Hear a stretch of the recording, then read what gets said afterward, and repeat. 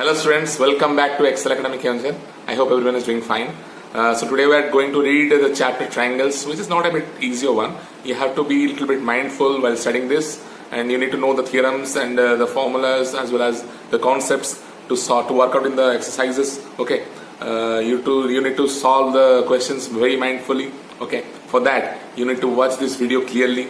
And if you have any problems, if you find any problems, then clear it somehow, clear it through your Zoom classes or send me through WhatsApp and all. Okay, and you are not submitting your exercises actually, which is due for very long. So I request all of you to complete your exercises and submit it to me through WhatsApp. Okay, I will see it there only, and doubts if any must be cleared through WhatsApp as well as in Zoom classes. Okay, so be prepared for a Zoom class which is going to be held just after this video.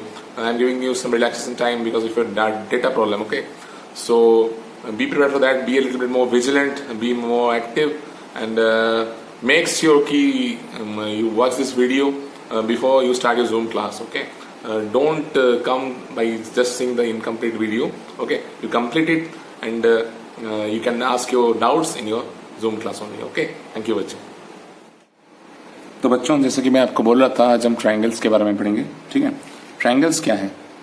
एक 3 sided वाला figure जिसका 3 side है, 3 angles हैं, ठीक है, या फिर 3 vertex हैं, उसको ट्रायंगल्स बोला जाता है. ठीक है, we already knew what congruency of triangle is.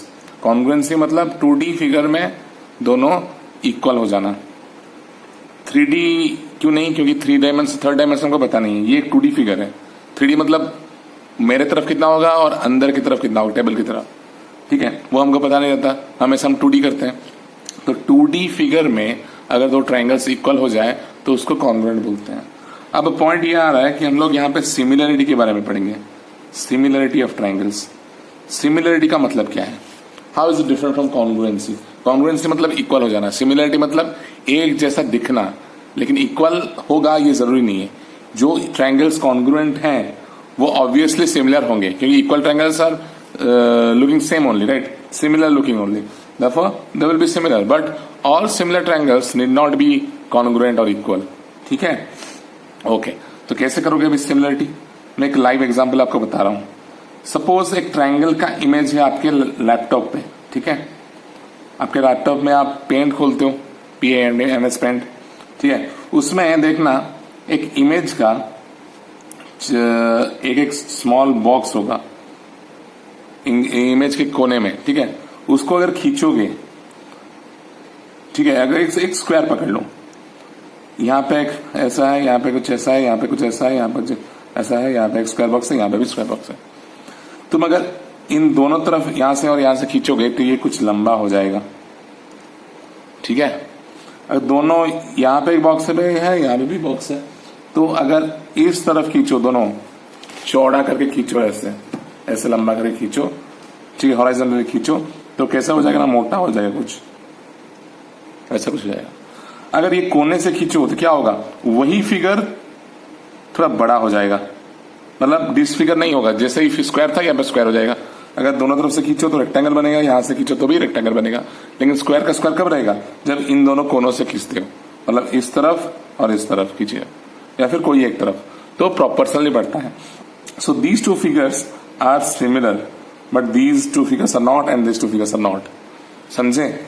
मतलब प्रोपोर्शनेटली बढ़ना, मतलब अगर 2 सेंटीमीटर था, यहाँ पे भी 2 था, तो ये 4 बन जाता है, तो ये भी 4 ही बन जाएगा. मतलब रेशियो 2 टाइम्स बढ़ गया, मतलब ट्रायंगल ये स्क्वायर 2 टाइम्स बढ़ गया. ठीक है, तो यही होता है सिमिलरिटी.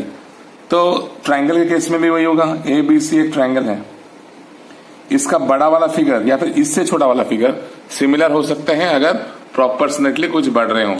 फॉर एग्जांपल मैं आपको बता रहा हूं, ये एक राइट एंगल ट्रायंगल है, 90 डिग्री है.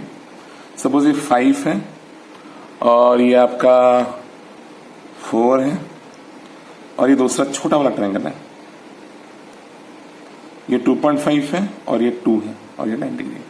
तो क्या ये दोनों सिमिलर है? ऑब्वियसली सिमिलर है, क्योंकि ये 5 आधा होकर 2.5 हो रहा है और ये 4 आधा होकर 2 हो रहा है, और ऐसे फ्लिप कर जा रहा है. ठीक है, इसीलिए ये दोनों ट्रायंगल्स सिमिलर हैं. ओके बच्चों, तो अब सिमिलरिटी कौन डिटरमाइन करेगा? अच्छा, सिमिलरिटी कैसे होगा?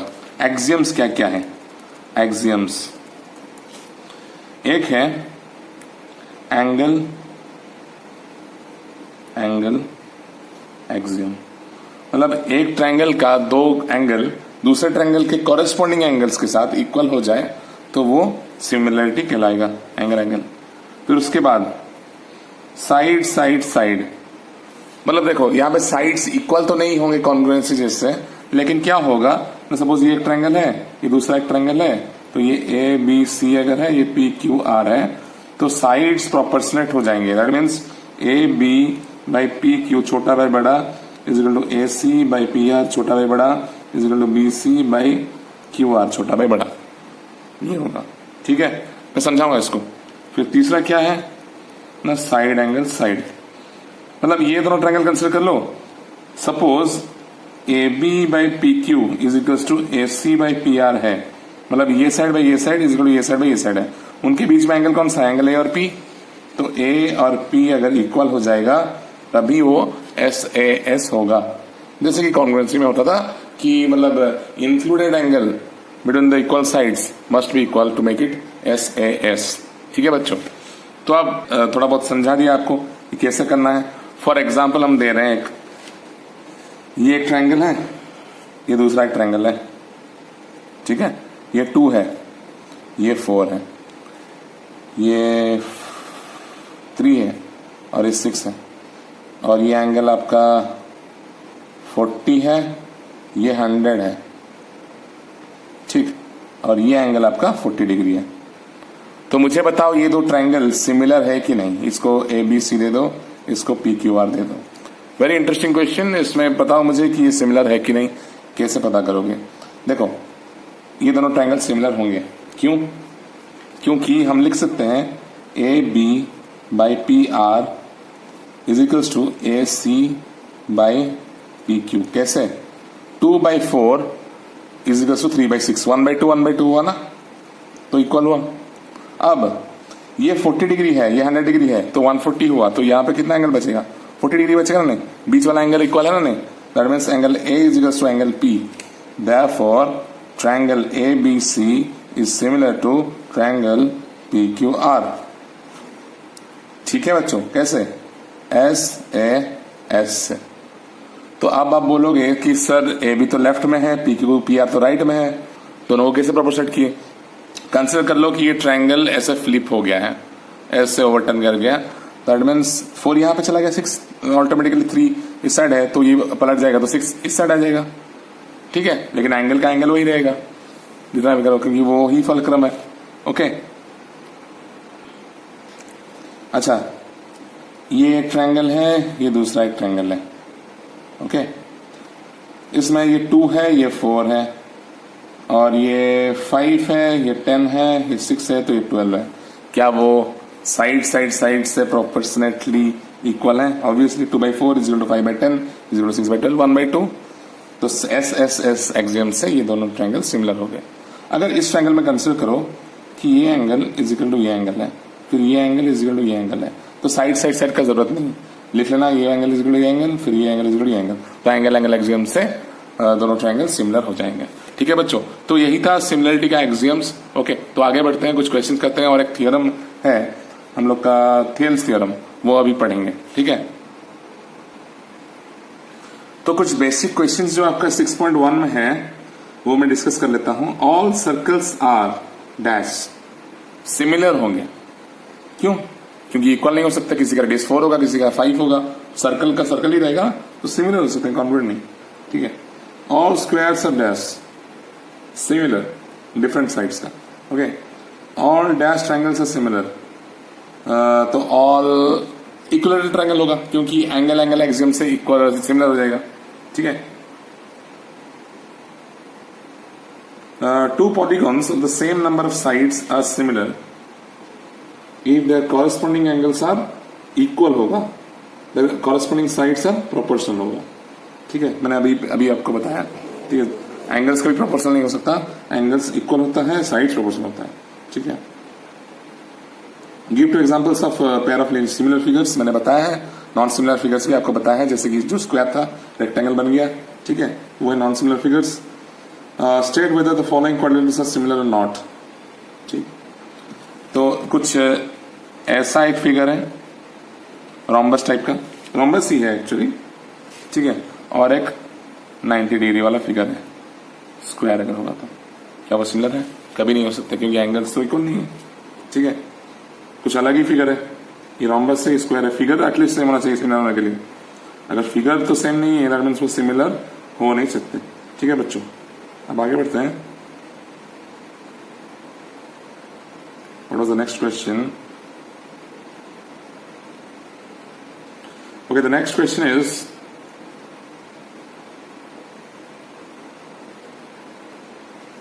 अब अभी क्वेश्चन तो खत्म हो गया 6.1 का. अभी हम लोग थियरम्स थ्योरम पढ़ेंगे. ठीक है, okay.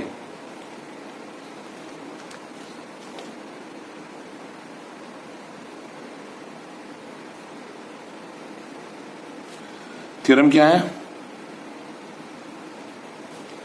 If A line is drawn, if a line is drawn parallel to one side of a triangle to intersect the other side,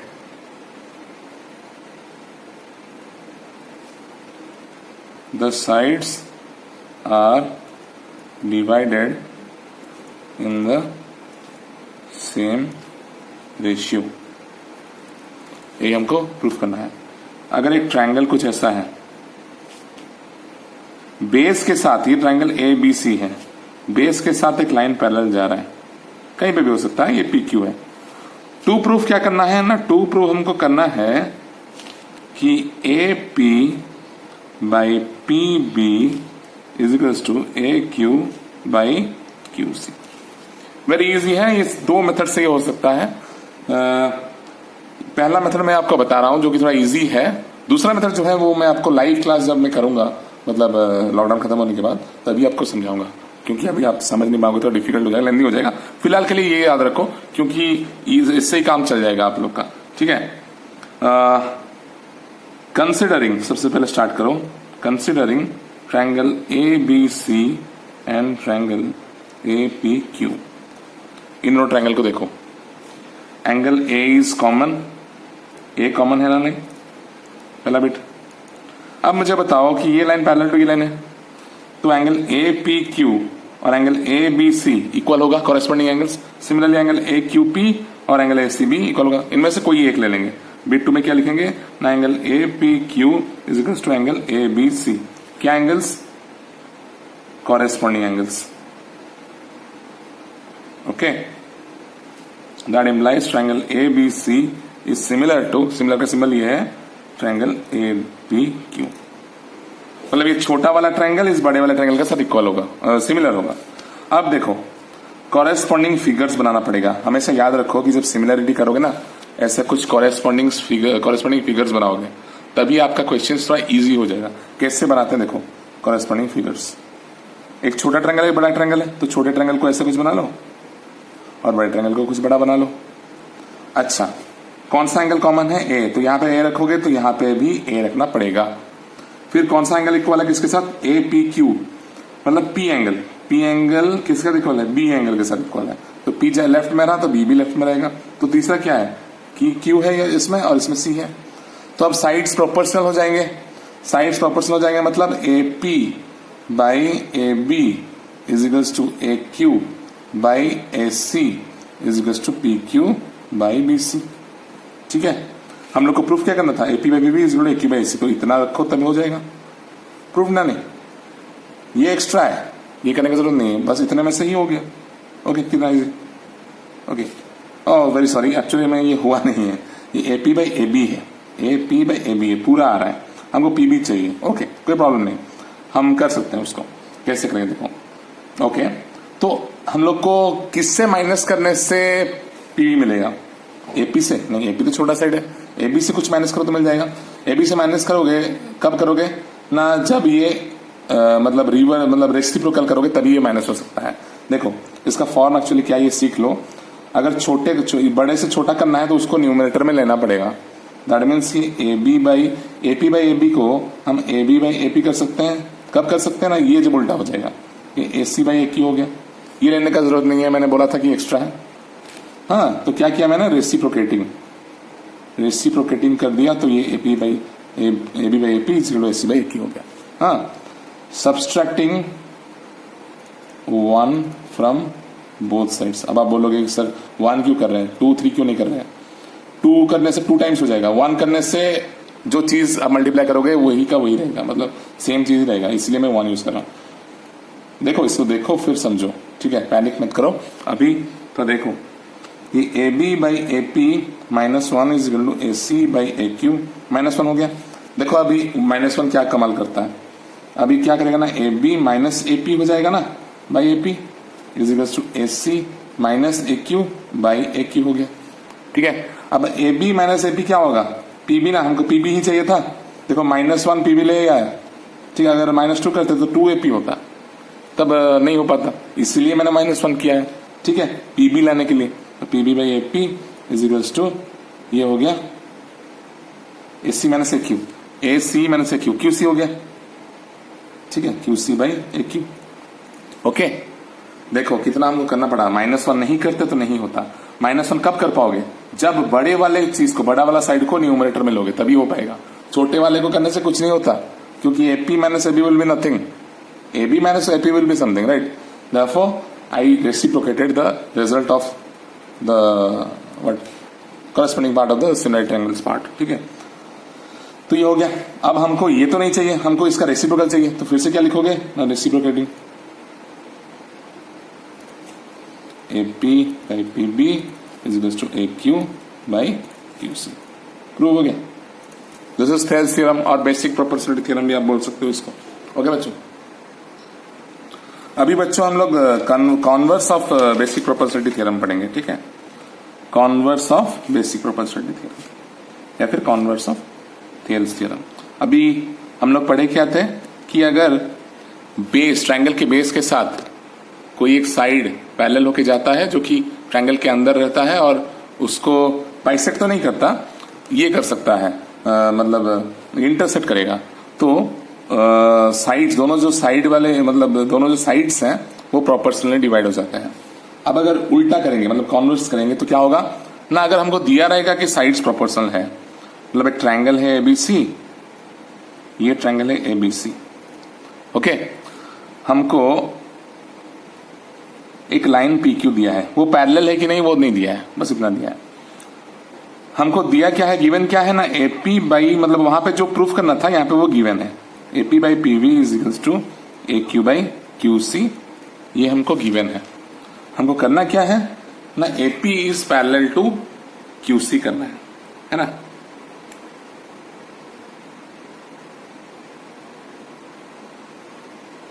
okay, तो कैसे करेंगे, देखो हम लोग इसको कॉन्ट्राडिक्शन मेथड में करेंगे। कौन सा मेथड, कॉन्ट्राडिक्शन मेथड में। कॉन्ट्राडिक्शन मतलब क्या है कि हम लोग गलत पकड़ के चलेंगे। रियल नंबर्स में हम लोग एक किए थे contradiction method, √2 is rational number करके, उसी को याद करो। कॉन्ट्राडिक्शन मेथड मतलब क्या, हम लोग इरेशनल नंबर को रेशनल लेके पकड़ते हैं और रेशनल को गलत प्रूफ करते हैं तो इरेशनल हो जाता है। सिमिलरली हम लोग प्रूफ करेंगे कि पी क्यू लाइन पैरेलल नहीं है, कोई और लाइन पैरेलल है, सपोज ये पी क्यू डैश पैरेलल है। हाँ, let us assume, wrong assumption है ये, जिसको हम बाद में रॉन्ग प्रूफ करेंगे। Let us assume that P Q is not parallel to B C and P Q dash is parallel to B C. अगर पी क्यू डैश पैरेलल है B C के साथ, तो अकॉर्डिंग टू थेल्स थ्योरम क्या होना चाहिए, A P by P B is equal to A Q dash by Q dash C होना चाहिए, है कि नहीं, यही होना चाहिए ना। ओके ओके, ये इक्वेशन 1 था। Okay, from equation 1, but from 1 क्या है, AP by BB is equal to A Q by C था, तो एपी बाई बीबी की जगह में क्या लिखूंगा ना, A Q by Q C is equal to A Q dash by Q dash Q C dash हो जाएगा। ठीक है, अब दोनों तरफ 1 ऐड करो, ये क्यों ऐड कर रहा हूं ये भी तुम्हें पता चल जाएगा। देखो क्या हो जाएगा ना, A Q plus Q C by Q C is equal to A Q dash plus Q C dash by QC dash. अब 1 ऐड करने से क्या हो जाएगा ना, QC ऊपर चला आ रहा है, वही हमको चाहिए था। ठीक है, तो AQ प्लस QC वो क्यों चाहिए था ऐड करना, क्योंकि AQ प्लस QC हो जाएगा AC और AQ dash by plus QC dash भी AC हो जाएगा by QC is equal to this by this much. Okay, तो दोनों तरफ से AC कटा, that implies QC is equal to QC dash. अब क्या समझें, अब ये समझ में आ रहा है कि QC का लेंथ जितना है QC डैश का उतना ही है। दैट मीन्स कुछ Q डैश और Q सेम ही पॉइंट है। देखो अच्छे से, हम लोग करते करते लास्ट में प्रूफ कर दिए कि इसका डिस्टेंस जितना है उसका भी डिस्टेंस उतना है। तो क्या ये गैप हो सकता है? कभी नहीं हो सकता, क्योंकि QC और Q डैश अगर सेम है तो ये लाइन ऐसे नहीं हो सकता, यहां पे ही रहेगा। ओके, तो क्या लिखोगे ना, hence Q and Q dash coincide, मतलब एक ही जगह पे कोइंसाइड करेंगे with each other. Therefore our assumption that PQ is not parallel to BC has been proven wrong. Therefore क्या होगा ना, PQ is parallel to BC. Very simple. ठीक है बच्चों, कॉन्ट्राडिक्शन में हम लोग जो assume किए थे उसको गलत प्रूफ कर दिए। दैट मीन्स सही क्या होगा, जो पहले था, जो क्वेश्चन में दिया। ठीक है, तो बच्चों आज के लिए इतना ही रखते हैं। जो मतलब फॉर्मूलाज वगैरह हम लोग, फॉर्मूलाज तो नहीं है एक्चुअली में, थियरम्स वगैरह हम लोग जो अभी डिराइवेशन वगैरह किए हैं, सिमिलरिटी क्या पढ़े हैं, ओवर्ड हो जाएगा आपके लिए। तो ये अच्छे से देखो, बार बार देखो, रिपीट करो इसको, क्योंकि ये ट्रायंगल्स जो चैप्टर है ये इतना इजी नहीं है। एपी और लीनियर इक्वेशंस उसके जैसा इजी नहीं है। अगर वो आपको डिफिकल्ट लग रहा है तो ये उससे भी ज्यादा डिफिकल्ट है। लेकिन पैनिक करने का कोई जरूरत नहीं है, क्योंकि इस चैप्टर को अगर अच्छे से स्टार्टिंग से पढ़ोगे तो सबसे इजी यही होगा। ठीक है, तो कॉन्सेप्ट समझना है यहाँ पे, और आपको थियरम्स समझना है, थियरम्स को याद भी रखना है। थियरम्स कैसे हुआ है उसका प्रूफ भी गिर सकता है। ठीक है, तो आप इसको अच्छे से देखो, बार बार देखो। वीडियो तो आपके लिए ही बना रहा हूँ, तो आप बार बार देख सकते हो। कोई अगर trouble, if you find any trouble in this video then let me know somehow. हम जूम क्लास कर रहे हैं, उसमें आप क्लियर कर सकते हो। ठीक है, और किसी को अगर डेटा का प्रॉब्लम है तो एक काम आप कर भी सकते हो कि आप लोग 399 वाला पैक डाल रहे हो ना, तो 399 वाला पैक की जगह आप 599 डाल सकते हो। कैलकुलेट करके देखो कि 399 आपका 56 डेज दे रहा है, 599 आपको 84 डेज देगा, और उसके साथ आपको 2 GB डाटा मिलेगा हर रोज। 1.5 GB के मतलब रिप्लेसमेंट में 2 GB मिलेगा, मतलब 500 MB ज्यादा मिल रहा है। देयरफॉर और पर डे कॉस्ट दोनों का सेम ही है, 7.125 7.13 सपोज, उतना ही कुछ है, 7 रुपए 13 पैसे करके कुछ है। तो that is one of the solutions. Okay, और आप वीडियो को डाउनलोड भी कर सकते हो, यूट्यूब में डाउनलोड का ऑप्शन आता है, उसमें स्ट्रीमिंग, लाइव स्ट्रीमिंग करके देख रहे हो तो उससे इजी होता है डाउनलोड करना, और डेटा भी कम खर्च होता है, उससे भी देख सकते हो। ठीक है, या फिर और एक काम भी कर सकते हो कि अगर आप लोग कभी मतलब मीट कर रहे हो, मीट तो हालांकि मीट करना नहीं चाहिए, तो एक मोबाइल से भी देख सकते हो। ठीक है, फिलहाल ये तो ऑप्शंस मैंने बोला है आपको, लेकिन प्रायोरिटी क्या होना चाहिए ना, पढ़ना प्रायोरिटी होना चाहिए। तो ये जो मैं आपको समझा रहा हूँ इसको समझने की कोशिश कीजिए, और जूम क्लास में जो भी आप लोग का डाउट्स होगा, मतलब कॉन्सेप्ट वाइज जो भी डाउट है वो फिर से मैं क्लियर करूंगा। In addition to that I will ask you some questions, you have to answer that. Okay बच्चों, so thank you for tonight, God bless you.